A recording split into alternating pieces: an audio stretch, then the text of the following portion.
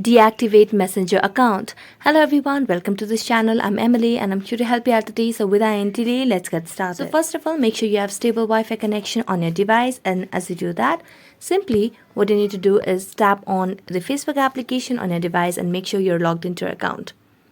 As you're logged into your account, make sure that you have logged in, and you can just tap on your profile at the top right corner. Here, select on the gear icon at the top right corner yet again. Now, scroll down and tap on the option of See More in Account Center. Scroll down again and tap on Personal Details.